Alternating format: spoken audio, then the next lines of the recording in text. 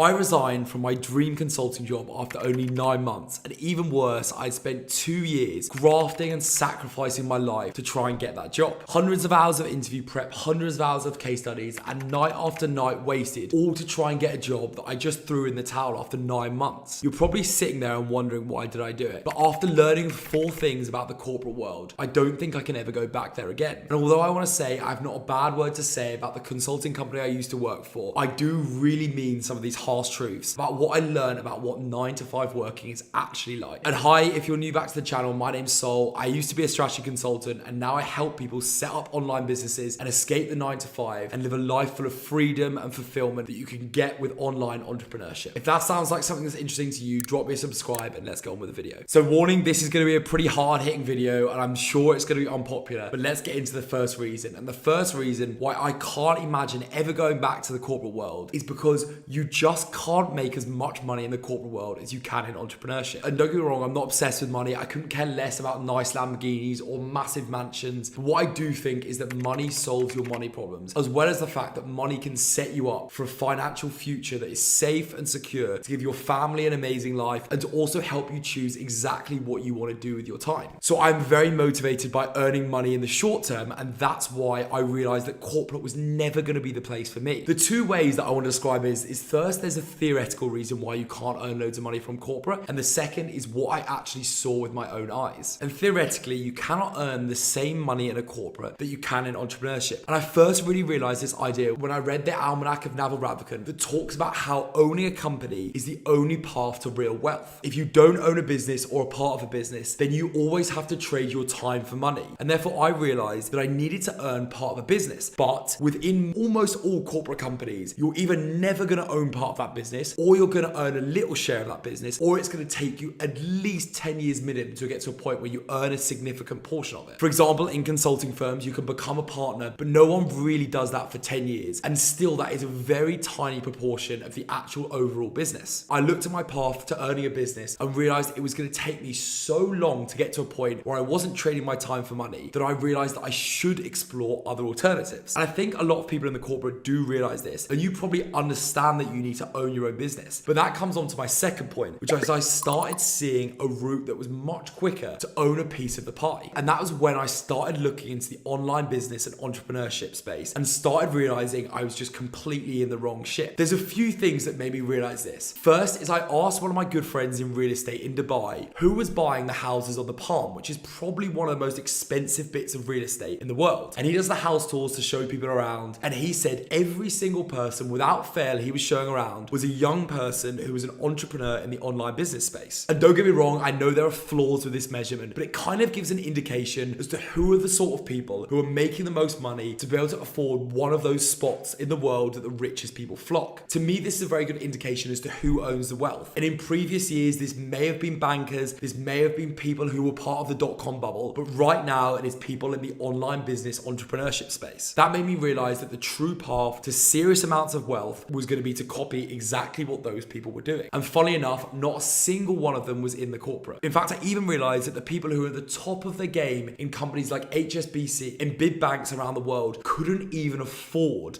to live on the Palm. The second thing that made me realize that entrepreneurship is where the real money is at is when I was speaking to entrepreneurs, I had a very embarrassing moment where we were talking about revenue and I was asking them how much they were doing and they said 60K. And I was like, oh, that's roughly how much I was earning with consulting before. And they were like, oh, that's very well paid. And I was like, yeah, 60K a year. And they were like, no, 60K a month. And I realized that everyone I was talking to in this online business space was talking about monthly revenue. So when they were saying 100K, 50K, 200K, what they actually meant is monthly revenue. And this was such a mindset shift to me because I realized that they were talking about annual corporate salaries being made in months. It might seem small, but when you talk in months as opposed to years, in terms of income earnings that are the same, I started to realize the significant wealth differences between the corporate and the online business space. Lastly, I've also been involved in some sales processes for some humongous online businesses, including Pure Body run by Alfie and Jake. And I've seen the vast amount of value, but also the vast amount of money that these guys are making. And they were literally making the same amount of money in a day that I would have been making in a year in consulting. And you might say, oh, they're making money now, but in 30 years time, the corporate evens itself out. But they were making money now that people in the top of corporate weren't even making. And they will also have the ability to scale a lot more more than they already have. All of this made me realize that you cannot make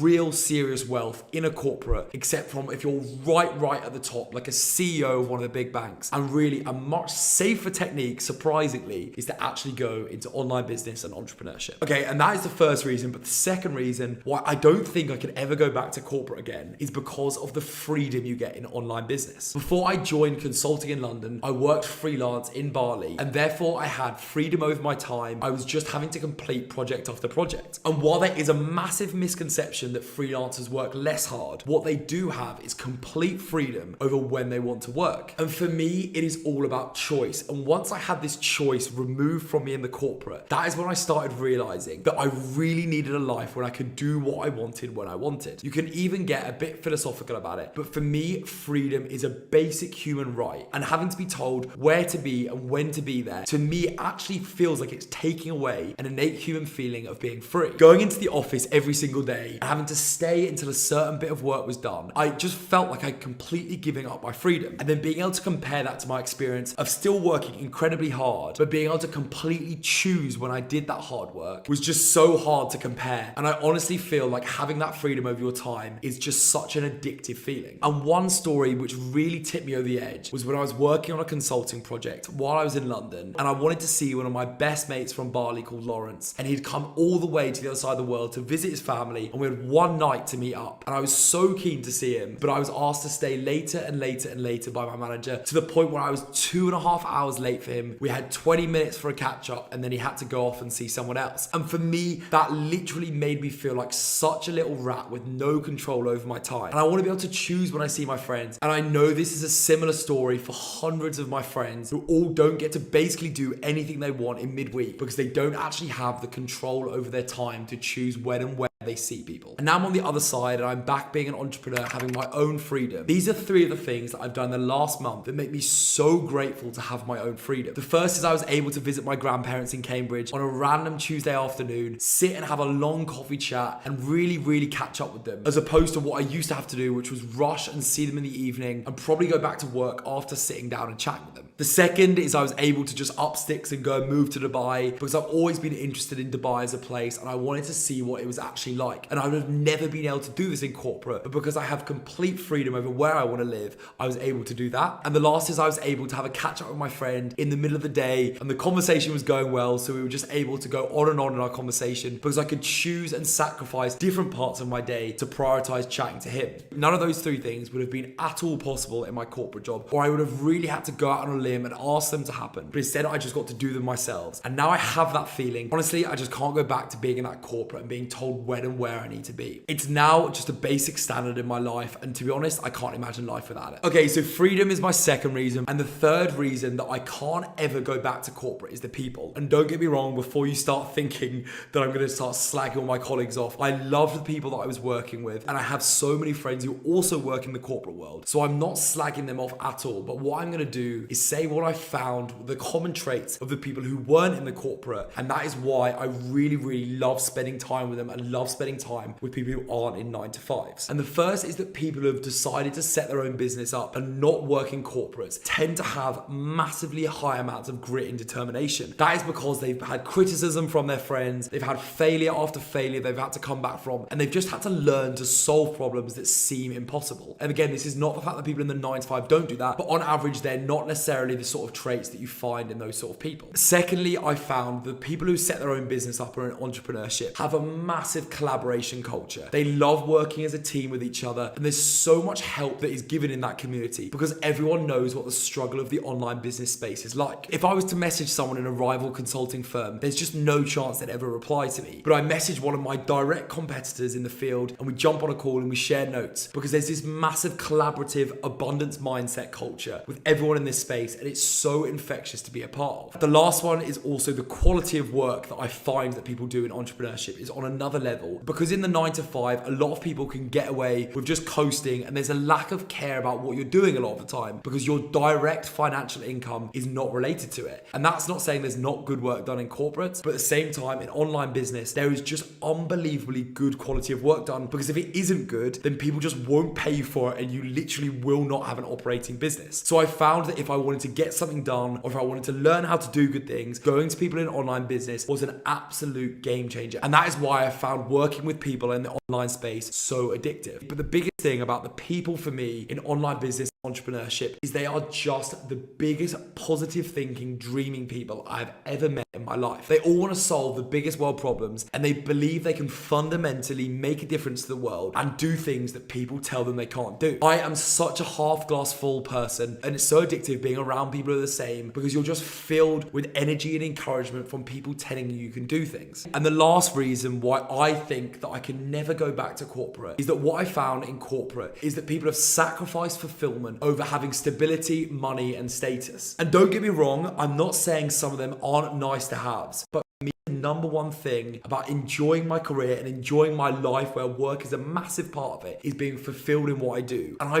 really truly believe that most people who work in corporate are just not that fulfilled in their job. And I realized this in two ways while I was actually in my consulting job. And the first reason why everyone in the corporate says they love the work they do is that people are non-fixed. People come and people go. And if you're in a job where you like the people, very easy that can turn to a job that you don't like because the people leave. But the best thing about finding a job where you love the core tasks of the job is that it doesn't matter what people are around you, because if there's no one around you or if someone leaves, you love the things that you're doing. And the second reason why I realized people in the corporate just aren't that fulfilled is because when I was in the office, all people talked about was what they were doing for the weekend and how excited they were for their holiday. To me, that is so depressing, because you genuinely spend 60 or 70% of your life actually working. And if all you're doing is looking forward to having time off, that means to me that you're not liking a massive proportion of your life. I've got to a point now where I've left the corporate and I feel so fulfilled that I don't need time off. I don't need holidays. I work 7 days a week because I love doing this. I don't feel a need